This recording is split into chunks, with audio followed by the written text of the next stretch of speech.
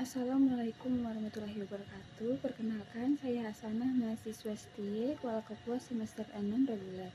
Saya akan mereview prolog buku Koples karya Jared Diamond. Penulis pada buku itu membahas dengan membandingkan dua peternakan di Monata dan Amerika Serikat. Nah, kedua peternakan ini berada di wilayah yang sama, tetapi memiliki nasib yang berbeda. Satu peternakan berhasil, bertahan dan berkembang, sementara yang lainnya mengalami kegagalan hingga akhirnya ditinggalkan. Dari kisah di buku Koples Jared Diamond ingin menunjukkan bahwa keberhasilan atau kegagalan suatu sistem tidak hanya ditentukan oleh faktor alam, tetapi juga oleh keputusan manusia dalam mengelola sumber daya, cara berpikir, strategi, dan sikap terhadap lingkungan menjadi faktor penting yang menentukan keberlanjutan.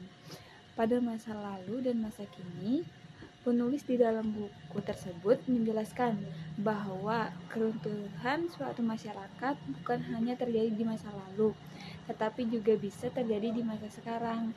Ia memberikan contoh berbagai peradaban kuno yang runtuh, seperti masyarakat di Pulau Paskah, serta mengaitkan dengan kondisi dunia modern. Menurutnya, masalah seperti kerusakan lingkungan, perubahan iklim, dan eksploitasi sumber daya alam secara berlebihan masih menjadi ancaman nyata. Hal ini menunjukkan bahwa perjalanan dari masa lalu sangat relevan untuk memahami tantangan yang dihadapi manusia pada saat ini.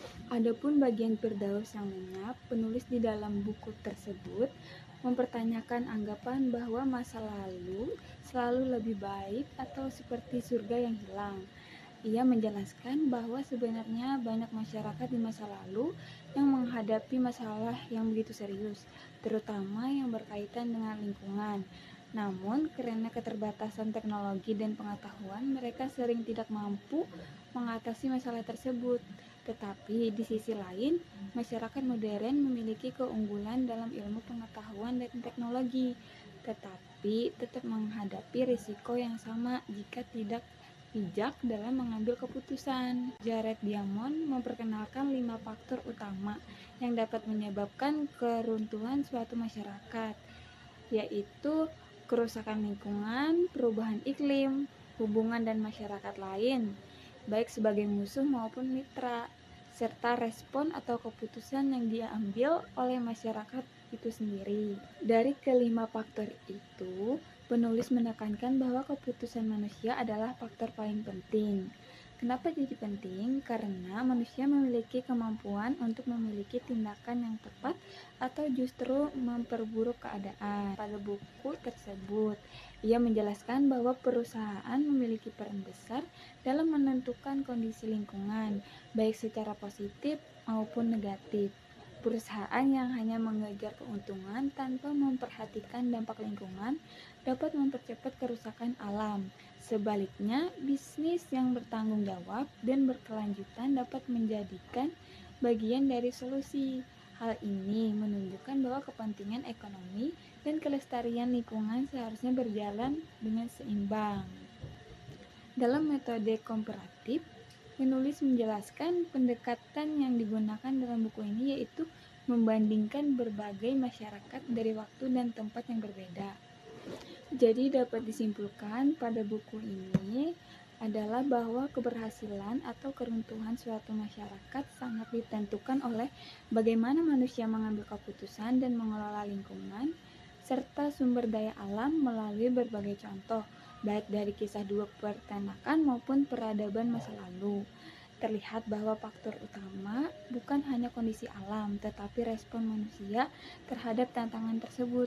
Selain itu, buku ini menekankan bahwa masalah kerusakan lingkungan bukan hanya isu masa lalu, melainkan juga ancaman nyata di masa kini.